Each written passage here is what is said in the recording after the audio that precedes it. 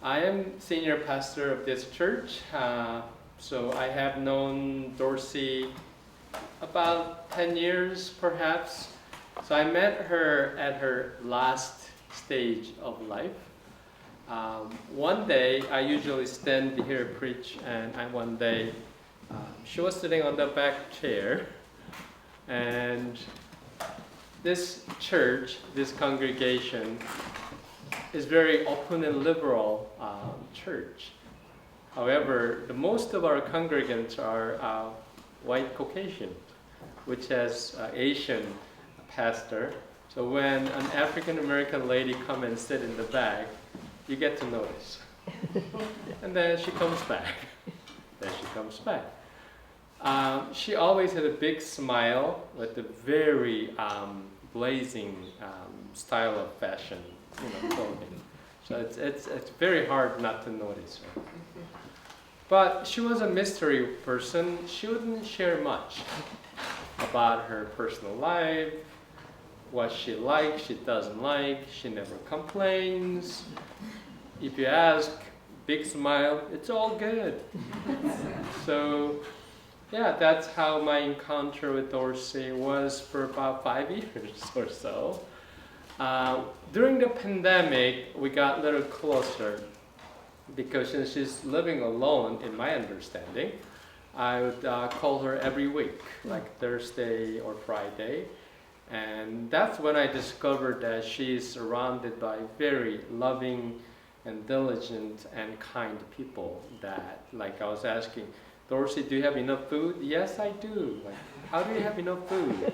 I have people bring the food. Oh yeah, you have people. I didn't know.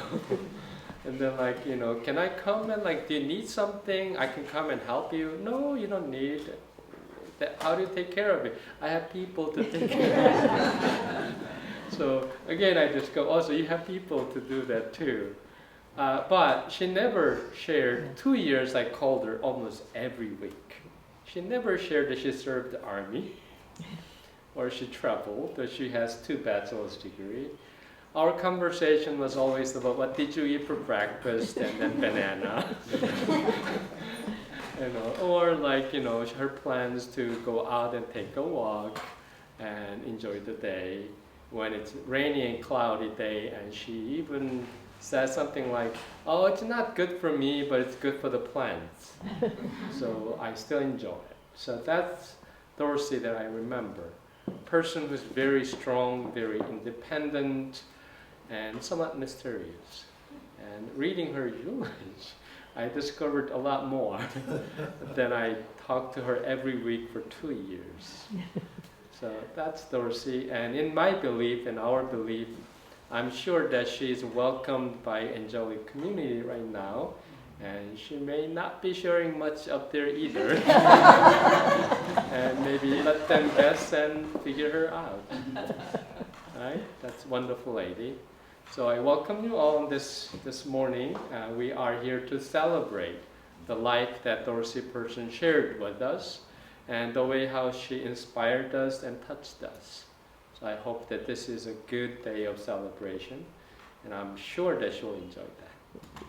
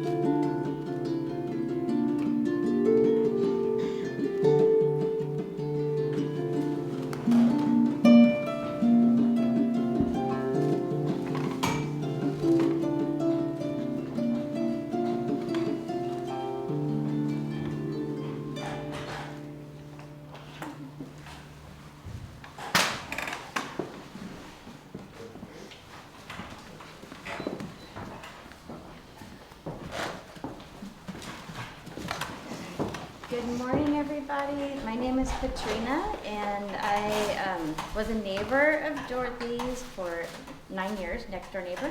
And that's how I was fortunate enough to become friends with her and then move to another neighborhood. But you can't leave DePaul Valley and hanging out with Dorothy once you've met her. So thank you. It's wonderful to see many neighbors here today. And I would like to share with you the poem Gone From My Sight. Maureen shows it, and it's one that I love as well. And thank you so much for the beautiful music. And this is Gone From My Sight by Henry Van Dyke. I am standing upon the seashore. A ship at my side spreads her white sails to the moving breeze and starts for the blue ocean. She is an object of beauty and strength.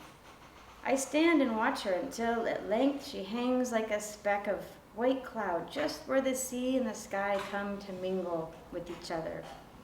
Then someone at my side says, "There, she's gone." Gone where? Gone from my sight, that is all. She is just as large in mast and hull and spar as she was when she left my side. And she is just as able to bear her load of living freight to her destined port. Her diminished size is in me, not in her. And just at the moment when someone says, "There, she is gone," there are other eyes watching her coming and other voices ready to take up the glad shout, "Here she comes." And that is dying.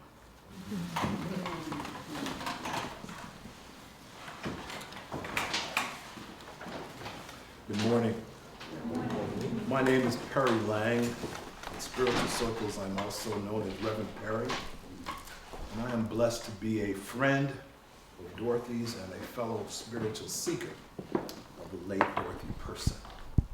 Dorothy was an interfaith spiritual seeker of long standing in the tradition of Dr. Howard Thurman, who co-founded in 1944 the Church for the Fellowship of All Peoples in San Francisco as the nation's first interfaith, interracial congregation in the country. And in honor of that fellowship church tradition and the Thurman tradition, I want to recite an affirmation that Dorothy recited for more than 50 years and that her mother before her recited. And it lives in my heart. Every Sunday, they would stand and say this: "I affirm my need for a growing understanding of all people as children of God. And I seek after a vital experience of God as revealed through Jesus of Nazareth and other great religious spirits whose fellowship with God was the foundation of their fellowship with all people." Dorothy believed that there are many paths to the divine, many lamps, but one light, many wells, but one river. And I am humbled to offer a spiritual word on her behalf.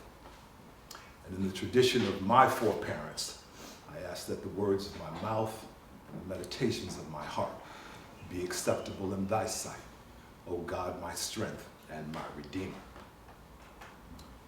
In honor of Dorothy, I simply want to talk just a bit about the good life. I'm not talking about a perfect life, but a good life. And I have come to believe that if you want to live a good life, you've got to love living. Dorothy loved living. She loved being alive. If Dorothy were physically here today, I believe she would tell you that she stayed on the planet as long as she could. That was her wish. Through it all, through hospital stays, through rehab, through surgery, she wanted to be on the planet as long as she could. At one point, she was asked, if your body parts fail, if your legs and your hips and your feet betray you, if your heart stops even while you're in surgery, what would you want them to do? I love living, she would say. I want to be here as long as reasonably possible. I see Maureen shaking her head. She knows it's true. To be clear, living wasn't about needless suffering. It wasn't about pain endurance. It wasn't about being a martyr. It was about loving life and making the most of the gift that God had given her. It was about loving a good life. According to positive psychology, the word good has very different meaning for different people. However, there are some aspects of the good life that most people can probably agree on. The good life includes material comfort, well-being, engagement in meaningful activities and work, loving relationships, and a loving community. Together, these things bring about a sense of fulfillment.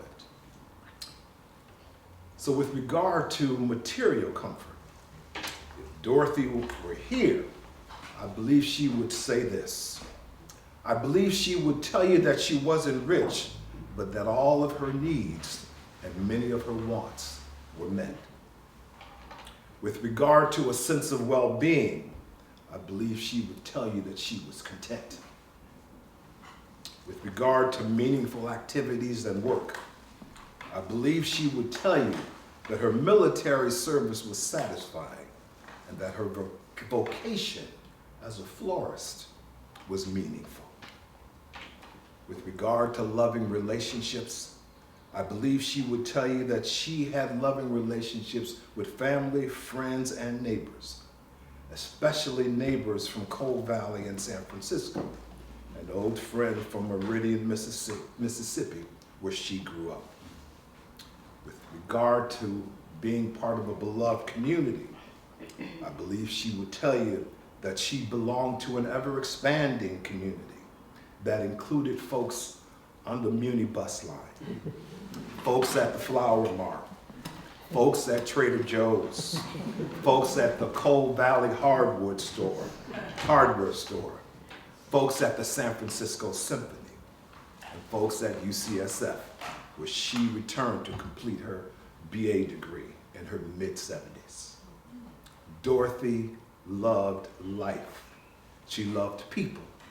And most people, if not all, loved her right back. It wasn't about living a perfect life. It was about living a good life, making the most of the gift that God gave her. Now, Dorothy could be unreasonably stubborn at times and rigidly private about her life and her age. Don't get me wrong. She wouldn't share details of her life. She would only share details of her life on a need-to-know basis. She didn't believe in casting pearls to swine. But we also know she was generous in spirit, with her time, with her talents, and with her treasure. Dr. Howard Thurman wrote more than 20 books, and Dorothy read most of them, if not all of them. She had an appreciation for the language and deep insights of Dr. Thurman, including his memorable quote, "Don't ask what the world needs. Ask what makes you come alive and go do that. Because what the world needs are people who come alive." Let's let Dorothy's living come alive today. Let Dorothy's living inspire us to get excited and filled with energy about the joy of a good life, so that we can sing that old Christian hymn, "When peace like a river attendeth my way, when sorrows like sweet billows roll. Whatever my lot, thou hast taught me to say, it is well with my soul." Dorothy was a serious spiritual seeker, but she was also a fun lady. She had a clever sense of humor and appreciated a good funny. So I don't think she would mind if I shared with you a spiritual funny that she found amusing and gave her a belly laugh. It's a prayer about growing old. The author of the prayer is unknown, but the sentiment transcends race and denominations. It simply goes like this. Lord, thou knowest me better than I know myself, and that I am growing older and will someday be old. Keep me from the fatal habit of thinking that I must say something on every subject and on every occasion. Release me from the craving to straighten out everybody's affairs. Make me thoughtful, but not moody, helpful, but not bossy. With my vast store of wisdom, it seems a pity not to use it all. But thou knowest, Lord, that I want a few friends in the end. Keep my mind free from the recital of endless details. Give me the wing to get to the point. Seal my lips from my aches and pains. They are increasing, and love of rehearsing them is becoming sweeter as the years go by. I dare not ask for grace enough to enjoy the tales of others' pains, but help me to listen with patience. I dare not ask for improved memory, but for growing humility and a less cocksuredness when my memory seems to clash with the memories of others.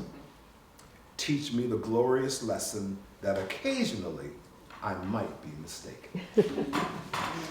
Keep me reasonably sweet. I don't want to be a saint. Some of them are hard to live with. But a sour old person is one of the crowning works of the devil. Give me the ability to see good things in unexpected places and talents in unexpected people. And Lord, give me the grace to tell them so.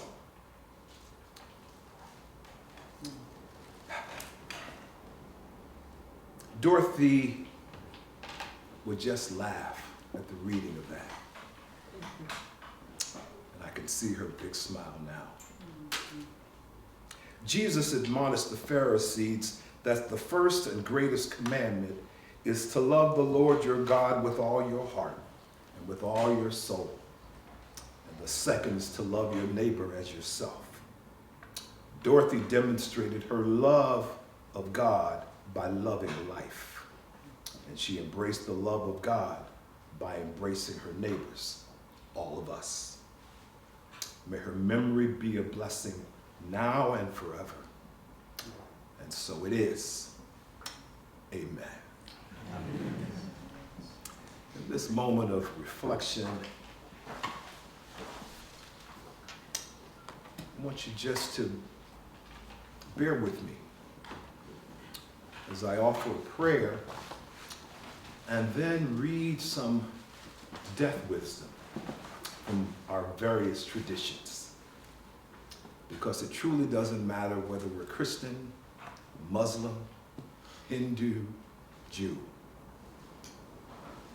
All roads lead to God. It's the integrity of our intention that matters. Could I ask the harpist to give us some song music?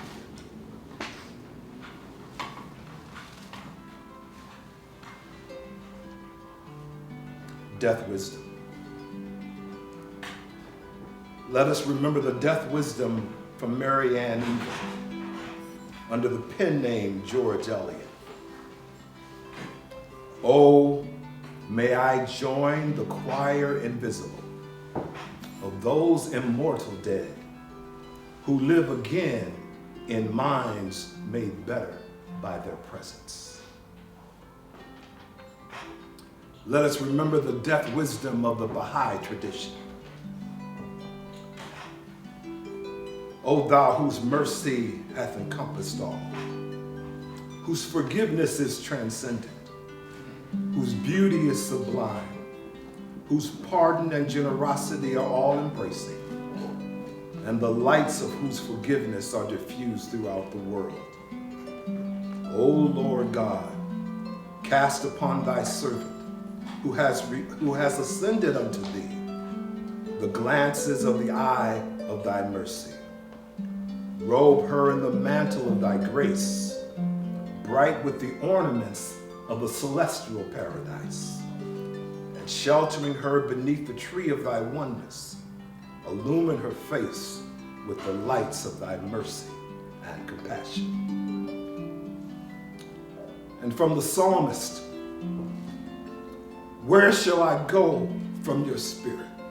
Or where shall I flee from your presence? If I ascend to heaven, you are there. If I make my bed in Shiloh, you are there.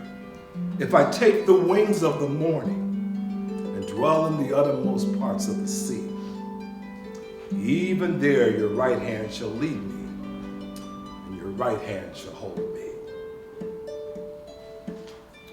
From the works of Kahil Gibran, for what is it to die but to stand naked in the wind and to melt into the sun? And from the Native American tradition, I leave you this. Do not stand at my grave and weep. I am not there. I do not sleep. I am 1,000 winds that blow. I am the diamond's gift of snow. I am the sunlight on ripened grain. I am the autumn's gentle rain. When you awaken in the memory's hush, in the morning's hush, I am the swift uplift and rush.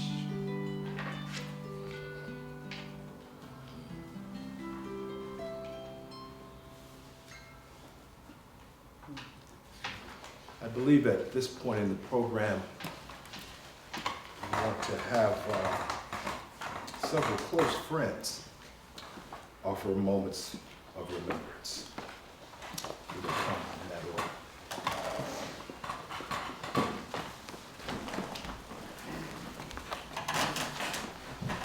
Hi, everyone. I'm another neighbor of Dorothy's, and was lucky enough to become her friend over the last decade. For me, I'll always remember Dorothy as the queen of Coal Valley. She had lived there since the 1960s, and she was just the graceful presence in the neighborhood, always with her big smile, walking the streets. And I think probably a lot of us who maybe hear from knowing her from that place, that's how we met her. So Dorothy noticed and celebrated and created the best and important things in life. She was a real gem. It wasn't enough for her to be a good person. She made good things happen. And she made the world a more beautiful place, always with style, grace, and wit. When you strolled down the block with Dorothy, it could take an hour to walk 2 blocks. What with stopping to talk to the neighbors and their dog, notice the trees, the flowers, little architectural details, or bask in a sunny spot for a few minutes. I'll never forget the time we ran into the UPS delivery man together, and the true joy they both exuded in their encounter, a very young man. Dorothy was a flirt first class. We all know Dorothy was deeply independent, and she also cultivated a family of friends around her, and we are all here today. And I believe our circle of friends has expanded because of knowing her, and I'm grateful for that. We will all always remember her for her dazzling smile and her yellow house, her sunny yellow house, and how good a friend she was, and how she was the life of a party. Last year, I wrote a list of what I call Dorothy's rules, which are be happy, be nice, be grateful, be positive, and be discreet. So I'm trying to live in honor of that, honor those rules in my life, to honor her going forward. Dorothy famously took the details of her top secret communications work for the Army to her grave. They had hired the right person for that job. She did, however, share many other memories of her life when I asked the right questions. When I asked her if she liked theater with an idea of taking her to a show, she said, "Why, yes, I even dabbled in acting myself."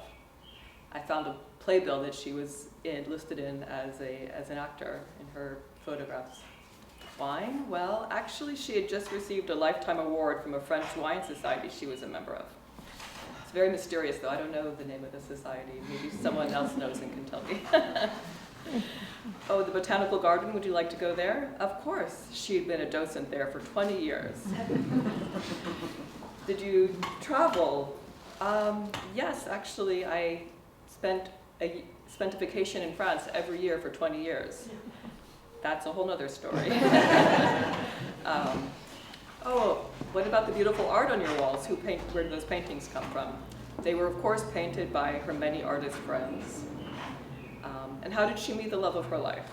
She was shopping for baskets to decorate her house, and he kindly offered to help her take the baskets home with her on the bus. And finally, one last memory of her that others have shared with me, Dorothy, the flower lady of Coal Valley, selling flowers out of a cart. I will always keep that image of her in my mind. And I just learned today, too, that she also used to do flowers for her church for many years, which was a tradition she carried on from her mother. That's the memory I think, hold dearest about Dorothy is flowers and that connection. And thank you so much. Thank you.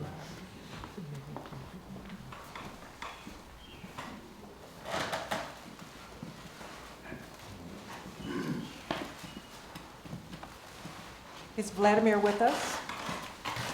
I don't see. No, okay.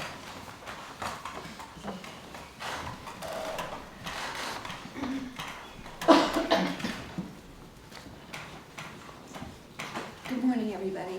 One more. Thank you both for those beautiful words and beautiful music.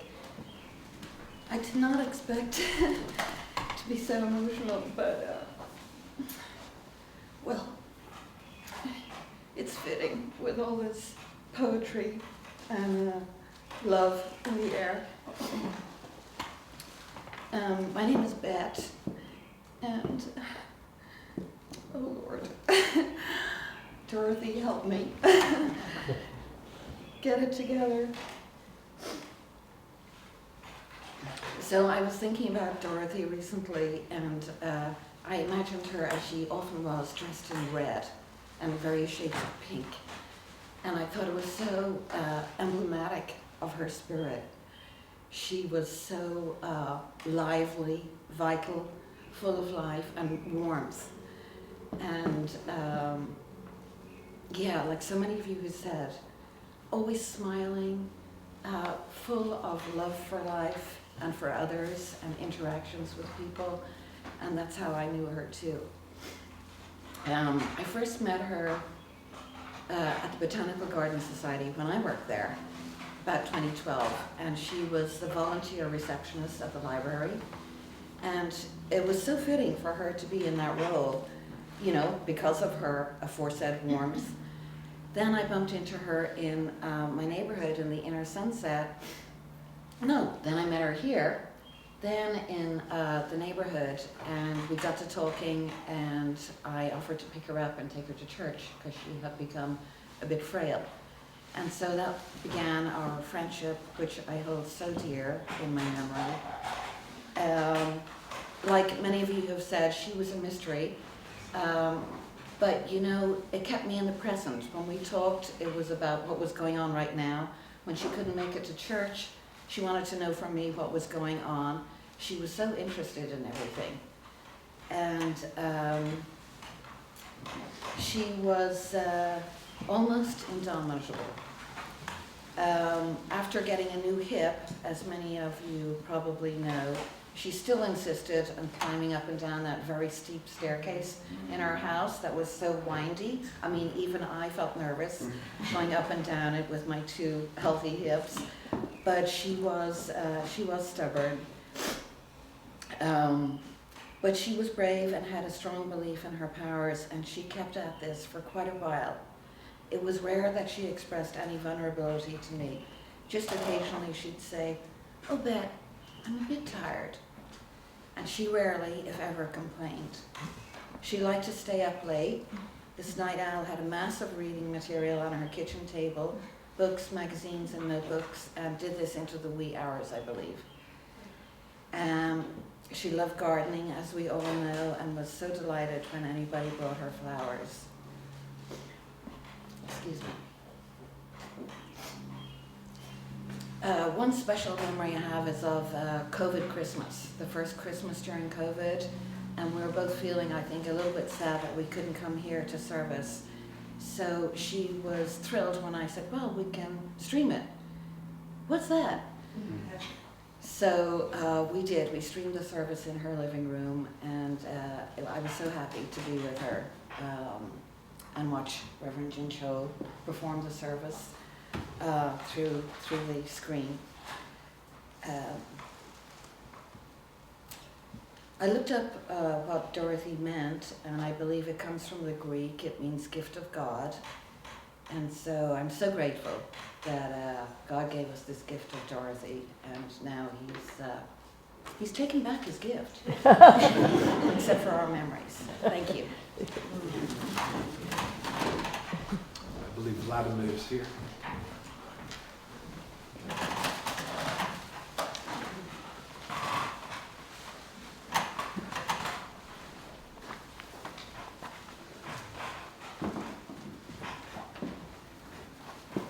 Hello.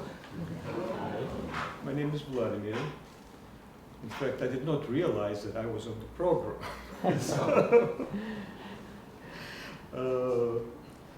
So, I was friends with Dorothy for quite a long time.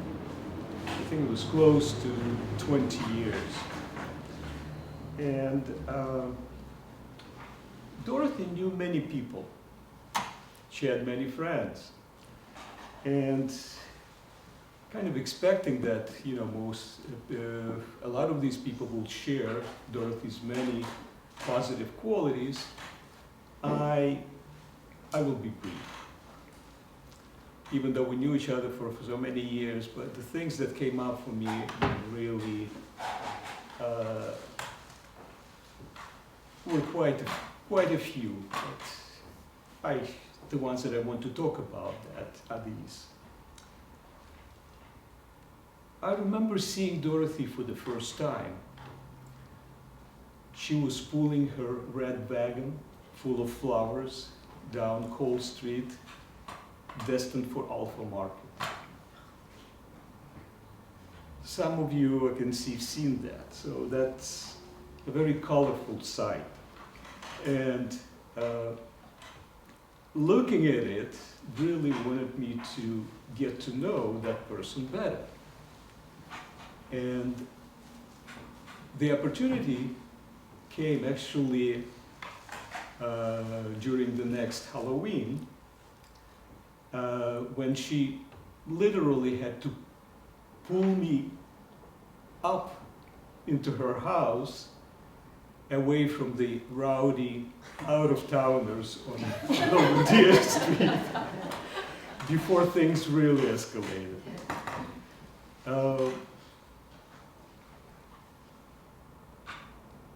We shared many things. We both loved jazz and blues, and we spent many of Friday evenings listening to the KCSM program at 9 o'clock, Crazy About the Blues. Some of you know. Having dinner, eating food, and of course, drinking Dorothy's favorite drink, Prosecco. She really loved that. We shared many stories over the years from our lives. Many of you who know Dorothy know that she does not come out right away and describe things, but over the years, many things came out that really made me realize how special she was. Of course, we shared a lot of food together. And when Dorothy liked a particular food that she was eating, she would start humming a happy melody as she was chewing. That was something special.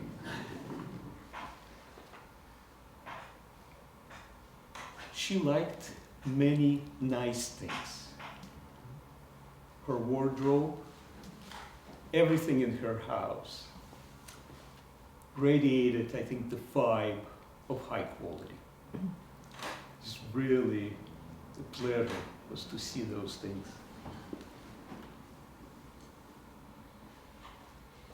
She was very generous. Very frequently she would open her house for get-togethers of our circle of friends. On special occasions, holidays, but also without any occasions. And for getting together, food and drink, and thus really, I think, brought that circle together closer, much closer.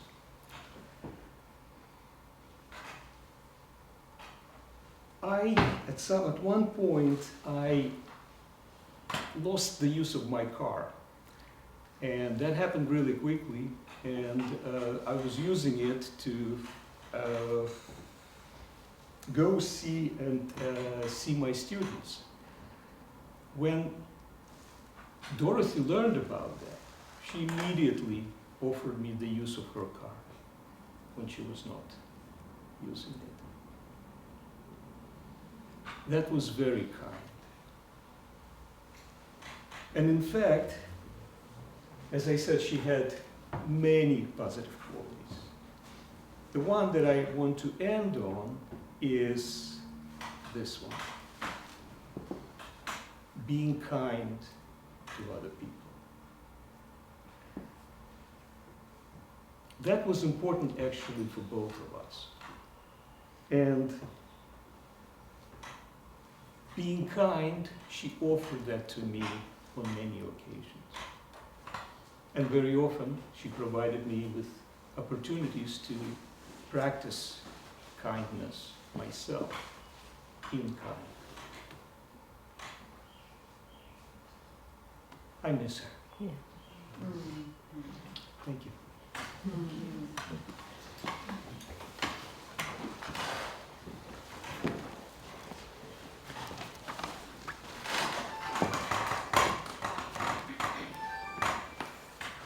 Hi, everyone. I'm Maureen Knighton, and I was Dorothy's first cousin. As far as we knew, the only surviving members of our family, as far as we know. Of course, many of you had very deep and meaningful relationships with Dorothy, but I'm going to guess that I have the longest relationship with her. And even if that's not true, that's the story I'm going to tell you. Of course, I knew Dorothy before she even left Meridian, Mississippi, and it's so interesting hearing the story about her being the flower lady and having gotten that from her mother, who I called Aunt Amelia, who was quite the gardener in her time, even there in Meridian before Dorothy left. Dorothy left town before I was even born. So my relationship with her, although it spanned many years, has always been with her as an adult, basically. She was always the fabulous, mysterious woman from San Francisco. And it seems that she was that for many of you as well. But of course, having grown up where we did, one of the things that always fascinated me and which I always admired was the way in which she had made a life for herself. Yes. Reverend Lang alluded to that earlier, and it was really a source of endless respect that I had for her. And so it's in that spirit that I share a couple of poems. I don't know that she knew these poems in particular, but they feel appropriate to the occasion for me, and also because we both love poetry. So I just want to offer you two poems by the poet Lucille Clifton. The first reflecting more on what it must have taken for Dorothy as a young woman to venture out here by herself in 1954, not only as a young woman who knew no one here, but as a young black woman. Yes. And this is Won't You Celebrate With Me by Lucille Clifton. Won't you celebrate with me what I have shaped into a kind of life? I had no model. Born in Babylon, both non-white and woman. What did I see to be except myself? I made it up here on the bridge between starshine and clay. My one hand holding tight my other hand. Come celebrate with me that every day something has tried to kill me and has failed.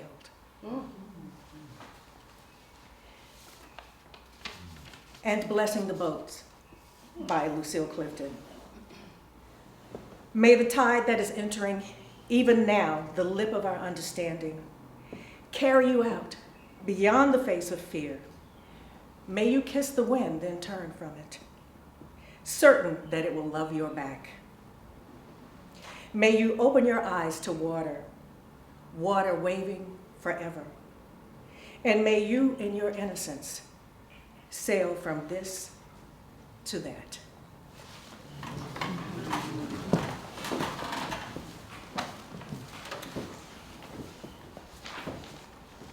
There's going to be time later on for other reflections at the reception. And we want to do those as a toast to Dorothy. So there were a number of people selected to speak now. But please join us in the fellowship hall. And those who want to make a toast to this wonderful life will have an opportunity to do so.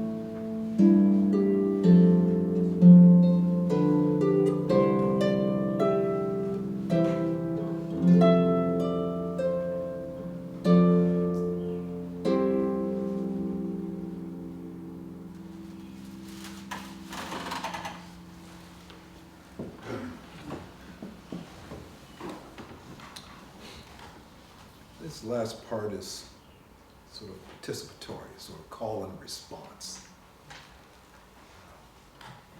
There is a wonderful litany of remembrance in the Jewish tradition, adopted from two rabbis. And I will say the sentiment, and I would like you to respond by simply saying, "We remember Dorothy." Before I do that, let me offer a word of prayer. O thou who art called by many names, but who answers to all who seek your face in love. Thou who is the Alpha and the Omega. Thou who is the energy behind all of manifestation. And thou who connects us one to the other. We are your people, the sheep of your pasture. And we give thanks for the life of Dorothy Person. This day, we give thanks because she lived. And so it is. Amen. I would ask that you join with me. Stand up. And we'll do the litany, and then we'll move into the benediction and go into the fellowship hall. But again, the litany of remembrance. I'll read the sentiment, and then you respond, we remember Dorothy. Can we say that together? We remember Dorothy. Today, We remember Dorothy. in the rising of the sun and the going down of the same, We remember Dorothy. in the blowing of the wind and the chill of winter, We remember Dorothy. in the opening of buds and in the rebirth of spring, We remember Dorothy. in the blueness of the sky and the warmth of summer, We remember Dorothy. in the rustling of leaves and the beauty of autumn, We remember Dorothy. in the beginning of the year and when it ends, We remember Dorothy. when we are weary and in need of strength, We remember Dorothy. when we are lost and sick at heart, We remember Dorothy. when we have joys that we yearn to share. We remember Dorothy. So long as we live, Dorothy shall live in us, for she is a part of us, and We remember Dorothy.